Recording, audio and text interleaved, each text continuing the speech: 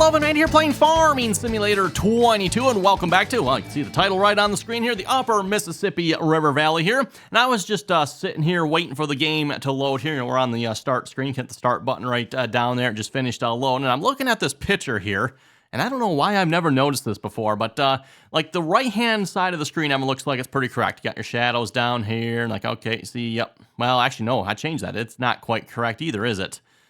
Yeah, because what are those hills there? You got trees here. There's no hills up here. I just realized that is not correct either, is it? And then over here you got the same thing, Evan, but like half the bridge support. Well, like what in the world happened over here? I don't know. I just happened to notice that. I thought that was kind of weird and funny, Evan. Like down here you can see like the upper support, but then where's the lower columns in the? Yeah, I don't know. I'm guessing this is probably an image generated from Giants here. And, yeah, Giants and their weird collision, or not collisions, weird draw distances and shadows. And yeah, in this case, I forget what the term for that one is because, well, reflection, I guess, right? That's probably what that would be. I think is that the one that's down here? Let's take a quick look at this here. I might know if I can get out of this. This apparently was not a good spot to tab down to, was it? Where are we going here? We need to go this. Oh, we need to go on the other side here. Okay, we need to actually go this way. I think this is the correct bridge over. I'm just curious what it looks like from here. We are, of course, in July. We're not into the month of probably like October or something where you see the shadows. Yeah, that is actually, that's got three, okay, so I'm not sure which bridge that is on this map here then. There's another bridge over here. I wonder if it's this bridge. Let's go take a look at this bridge here a minute, everyone. That is probably the bridge right there. Okay. Yep, that very much looks like the bridge. Probably taken from, I don't know, somewhere in here. I'm guessing there were some trees in the foreground there, so somewhere about here when this picture was probably taken. Oh yeah, I can see the reflections in the water there.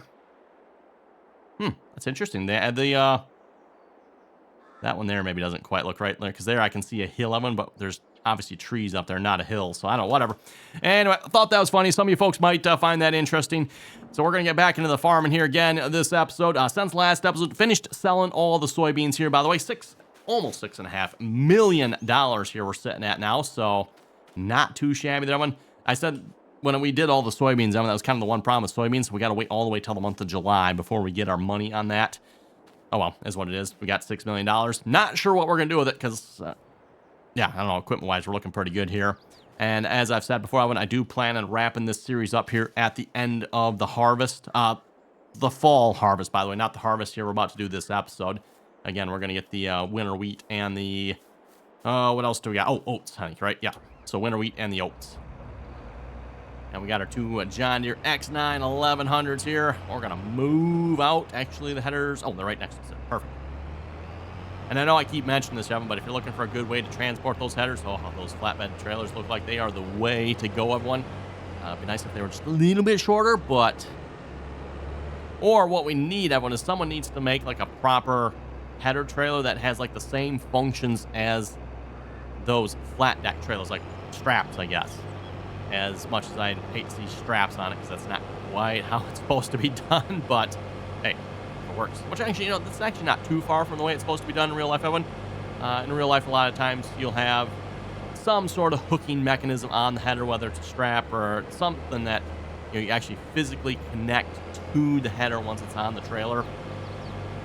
So it's actually like locked on the trailer. I know Giant seems to think that's kind of a bit of a foreign concept, but whatever. Anyway, I figure we'll hit the oat field here first, Evan. That is the first field in line here. We'll probably just harvest that with one combine, and then we'll get the second combine out when we get to the other two fields. Those fields are slightly larger, just slightly.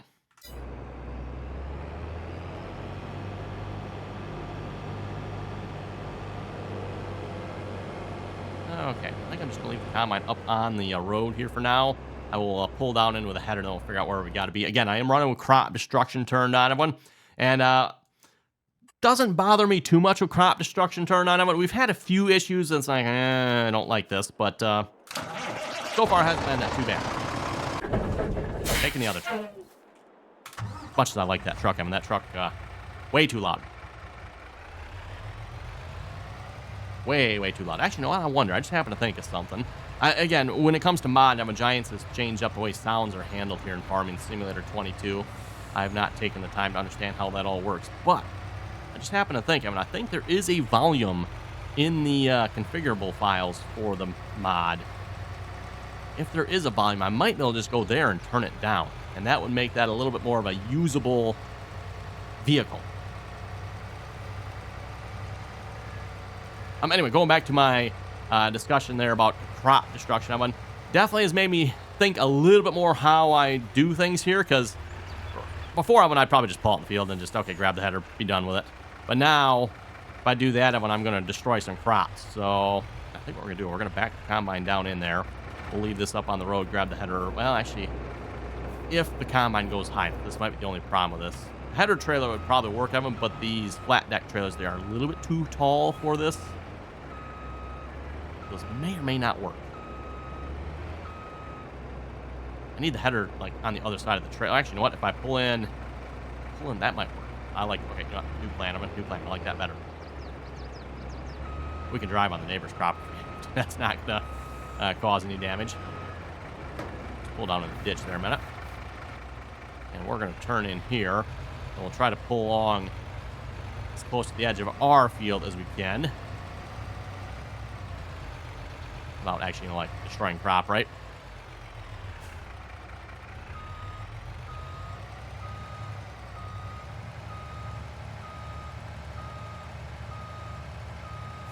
Like I said, kind of like the little things you have to think about if you have crop destruction turned on. You don't want to just, like, destroy your crop by running on it.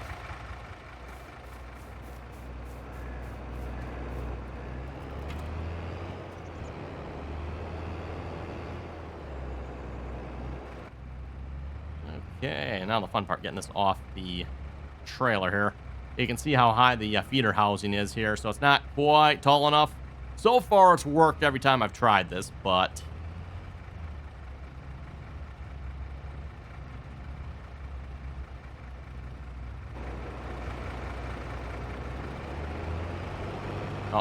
Oh, you know what? The straps are turned on.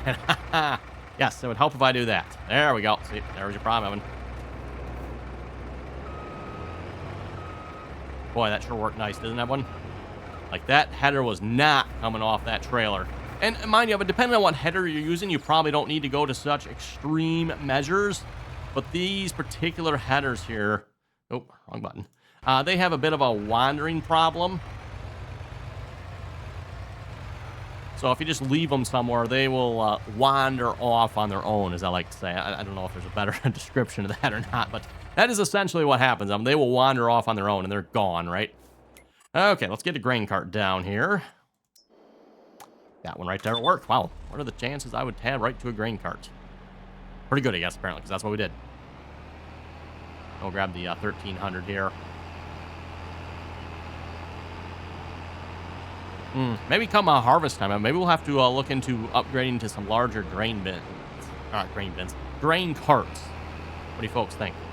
We go with some, 2,500 bushel grain carts maybe for corn harvest. Might have to look into that a little bit, everyone.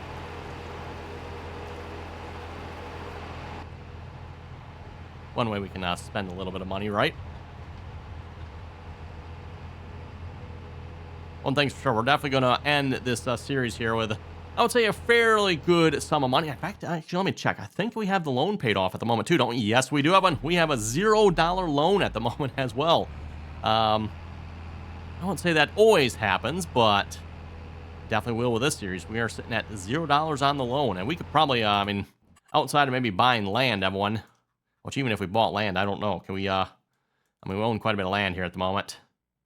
Yeah, I guess we could. That's $1,800 there. There's a couple $1 million worth of property we could add up real quick if we wanted to. That's only like just under $1 million for that. All of that for just under $1 million. This little field 55 for about the same amount. 32 here. Yeah, that's almost $1 million. 34. That actually, wow, 34 is actually $1 million. That is 38.86 acres. This is 41.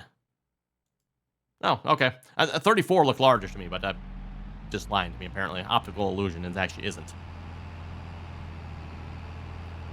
But yeah, field prices on this map, as you can see, they are definitely up there, everyone. Definitely up there, so... Okay, we'll just leave that there for the moment. Oats, I don't think we're the highest yielding crop, so we might not even need the... we'll probably want to truck over here at some point to actually, like, pull it down to the train station. Again, as a reminder, everything we're harvesting pretty much just goes straight down to the train station because that's, like, the highest sell point for everything. I don't think I've seen it yet on this map where something actually sells for more somewhere else other than the train station. Oh, so there's the straw. I was gonna say, where's the straw at? Or chaff in this case, I guess. I don't plan on baling this one, so we'll just blow it. Spread it out. And a reminder again, too, as soon as we're done harvesting, we're going to turn these fields back around and double crop soybeans in them. Oh, man, before I forget here. Wait, put this header in flex mode. There we go.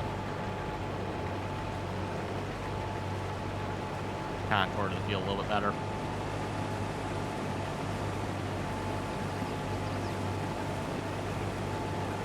You can definitely tell it on this field. I don't know if I can drive from front, but yeah, look at that. It is doing some flexing there. I know I keep talking about that, but I just think that's kind of a cool feature there, if you ask me. Why Giants doesn't include that on their header, I don't know.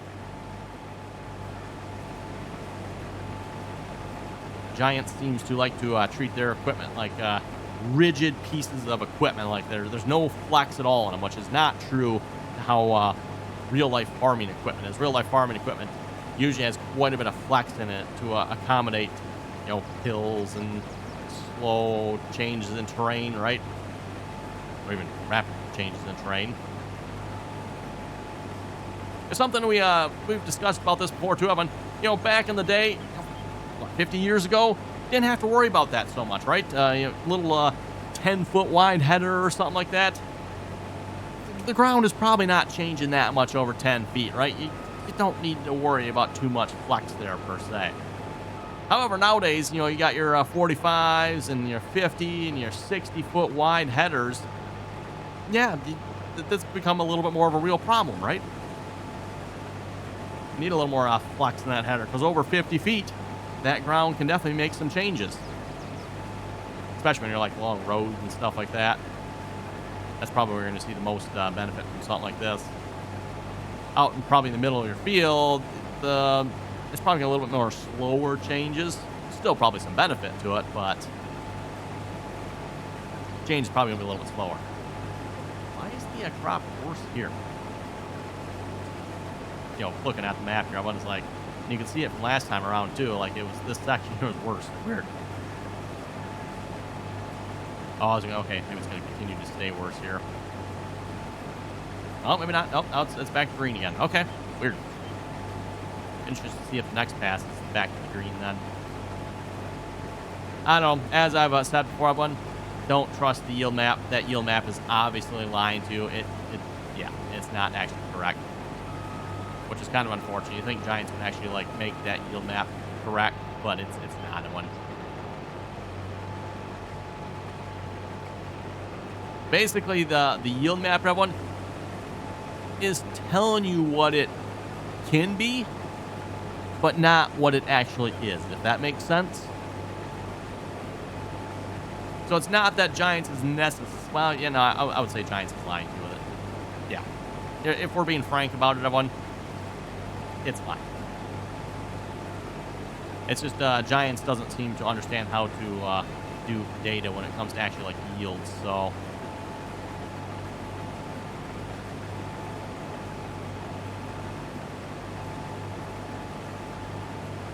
Giants is basically telling you what you want to hear, not what it is, right? How about that one? That should be a pretty good way of explaining it, I think.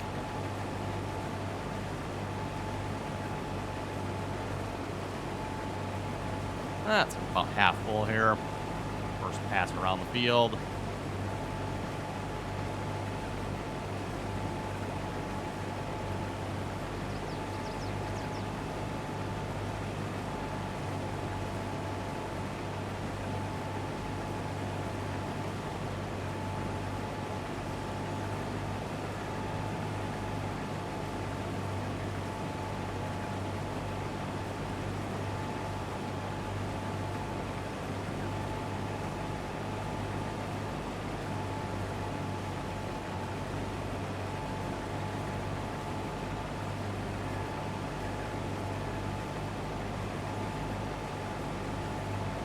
And just a reminder here, too, by the way, if you haven't already clicked the subscribe button, don't forget to do so. Always very much appreciated. And, of course, once you are subscribed, everyone, make sure you turn on your notifications. That way you get notified of the latest, greatest Upper Mississippi River episode going live.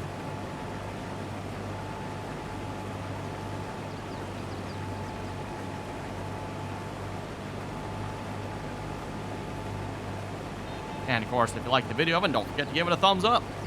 Okay, I got to stop here. That is a kind of a cool shot. There's no one, just like a little bit of fog. Was that an autosave there? Yeah, okay. Hey, got a real light yellow and sudden. Might have to get a screenshot of that one. Yeah, that's kind of a cool look. Let's see if we can get up in better. Get out of the trees there. Yeah, I like that look. Might have to see if I can get a little bit better picture at another point, but one leaf in it, right? Pro Shot, by the way, is the mod I use for my screenshots, for anyone wondering.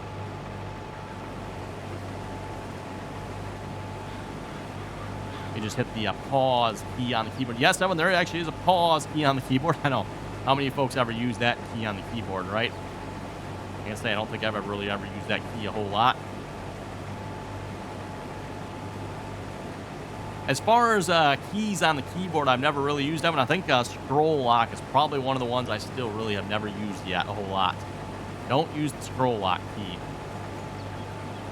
In fact, without looking, I'm not even sure off the top of my head what that key actually does again. I'd have to go look. Never used that one, though.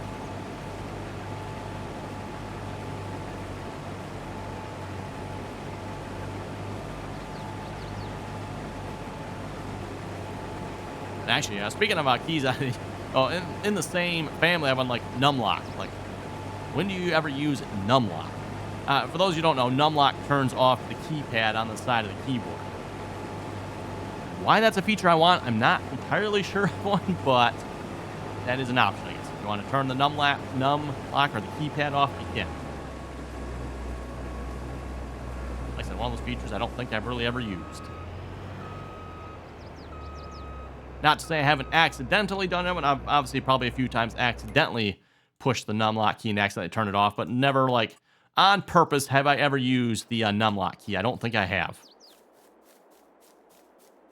Okay, let's go grab our grain cart. I'm hoping we can maybe sneak along the edge here. Otherwise, we're going to have to go all the way around, which, yeah, it's all the way around. No, thank you.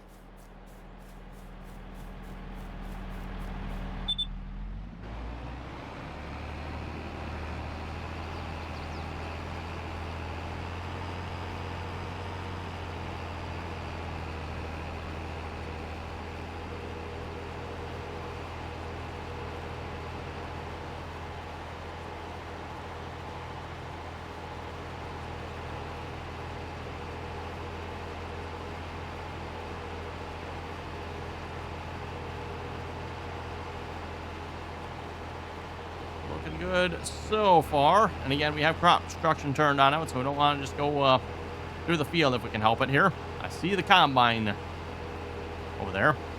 The pipe from the combine, anyway, that is. This looks like the sketchy spot over here. See if we can fit through here. Not everything else looking pretty good. Oh, I think we got this, Evan. No problem. No problem at all. One thing I like about this map, Evan, for the most part, like, there is room around the sides of the field to, like, maneuver and stuff like that, right? You know what? I think we're just going to unload on the wrong side of the grain cart here. That'll be easiest.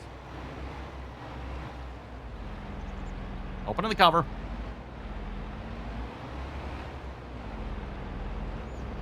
Definitely a feature I'd love to see on more tarps. Oh, wait, no, is it? There we go. Okay, yeah. This one uses the Z key instead of N. Now we're opening the cart. Yes, I know it starts unloading right away, but you know, aside from that minor detail, but that is cool, isn't it, one? That is cool. That's right up there with the articulating head here as well. I'm stuck here, aren't I? There we go. Right up there with the articulating head here on the combine.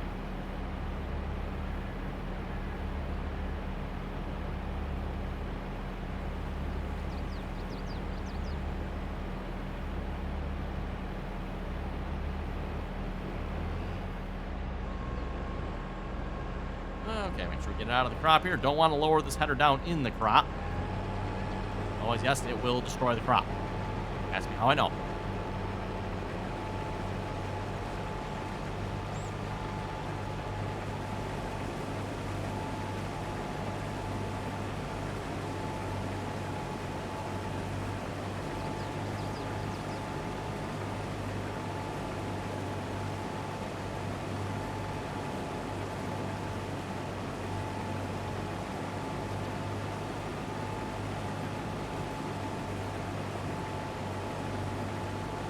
Well, at the rate we're filling up here, we might actually need to get a truck or two over here. I did not think we would get that much with oats here. I thought oats were a little bit lower yielding, but might not be as low yielding as I thought they were here.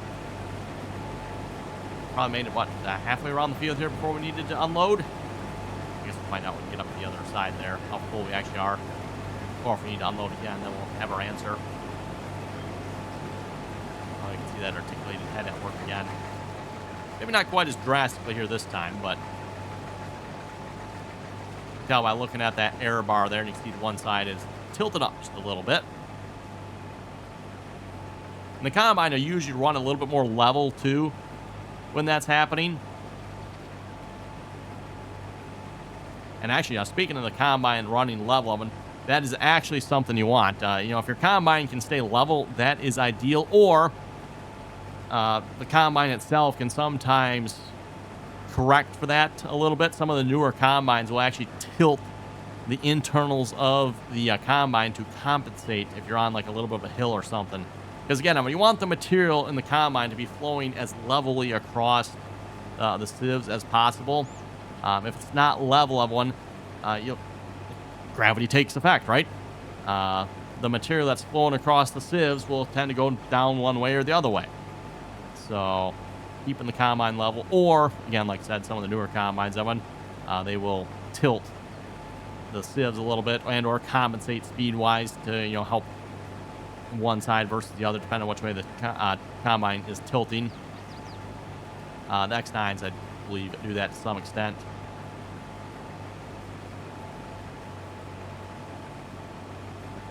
Or for those of you who are familiar with like the older solution, for those of you who have seen like the side hill combines, yeah, those are some weird looking combines there, if you ask me, Evan. For those who want to see, you know, what a weird looking combine looks like, look up the side hill combines.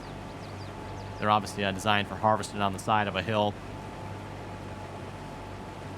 For those who wonder, well, why didn't you just go up or down the hill then? Well, kind of the same thing. Everyone, like, if you're going up or down the hill, gravity is going to take effect there as well on the sieves. You know, if you're going up the hill, obviously the contents are going to want to go out the combine probably a little bit quicker and easier. Maybe don't necessarily want that. Versus going downhill, now you got to like shove the contents out the back of the combine. Again, gravity. So you're better off just going with the side of the hill and then compensating it by keeping the combine as level as possible. So you see like the great big old hydraulics on the axle, and they'll like level out the combine. It's like, oh my goodness, that is just that is interesting. What you have to do to harvest hills, right? Now again, obviously with a combine like this, under its normal configuration, and I don't know if they make like a side hill John Deere X9.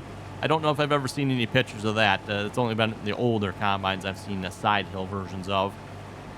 But obviously with a combine like this, having like the axles, those are fixed underneath the combine. There's not any adjustment there. The back axle will pivot, yes, but not the front axle, right? Front axle is rather fixed in place.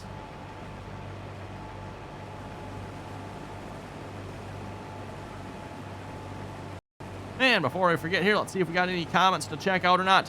I am recording this a little bit earlier than I normally do, so I'm not sure here. I know today's episode, or yesterday's no, wait a minute here. This video is going live on Monday. So last Friday's episode, I'm recording this on Friday here, by the way. So last Friday's episode just went up here as I'm recording this episode.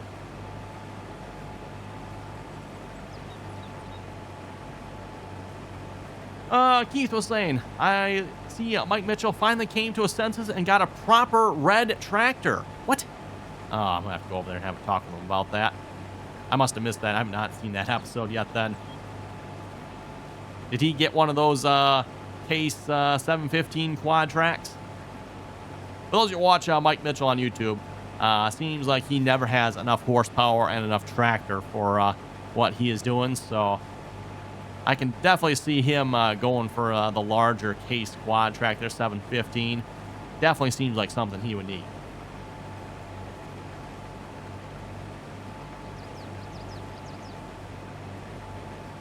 Farmer Johnson was saying, when I started watching, you were playing Oklahoma map in Farming Simulator 15. Yes, good old Oklahoma map. That was a fun map back in the day, everyone. A map that unfortunately never made it to any of the other versions of Farming Simulator. I don't know why. No one just ever converted that map. There were rumors it was going to happen, and then I guess they were just rumors. Never actually happened that I know of, everyone. So those who never played Farming Simulator 15 and the Oklahoma map, well, you're missing out there if you ask me, Evan. That was a fun map. And also, we, for those who watched that, we did some crazy stuff on that map back in the day.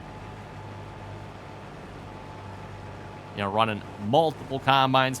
And this was back in the day, too, Evan, when Courseplay didn't have some of the nice features it has nowadays for running multiple pieces of equipment. Nowadays, Courseplay makes it pretty easy to run multiple pieces. Back then, when you had to do some math and figure things out, and it had the ability, but you definitely had to know what you were doing to make it work, right?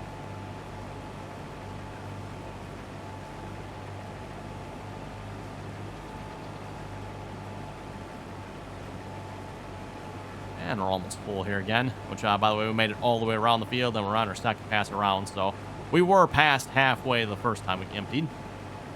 Hetro was saying, good video. Hey, thank you very much for that. Always very much appreciated. Oh, and I forgot to read the rest of Farmer Johnson's comment here. You say, Westbridge Hills is on the mod hub for Farming Simulator 22. You should do a 10-year anniversary series on it. It's actually not a bad idea. I don't know. You folks let me know.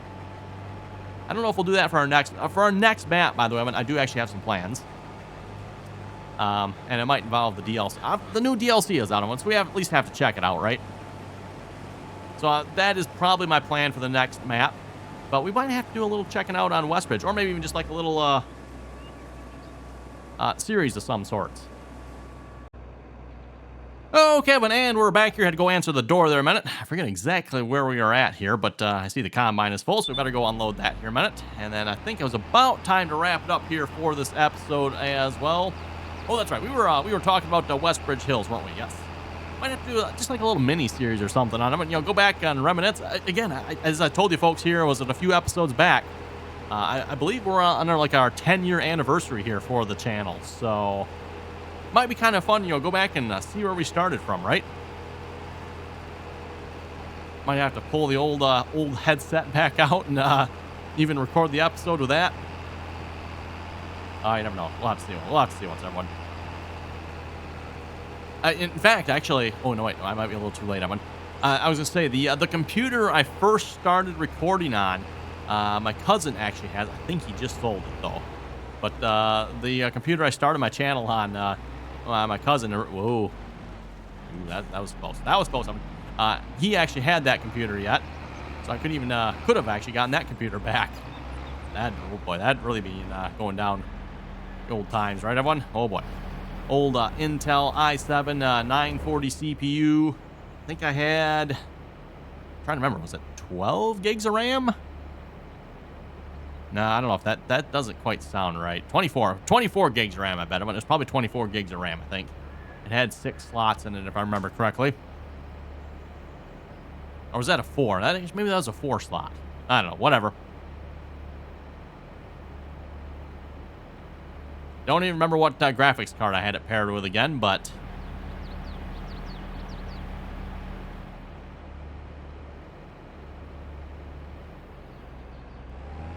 okay, well, on that unloading note, Evan, I think it's time to unload this episode as well. So with that, you folks have any comments and or questions, be sure to leave them down below. And as always, Evan, thanks for watching.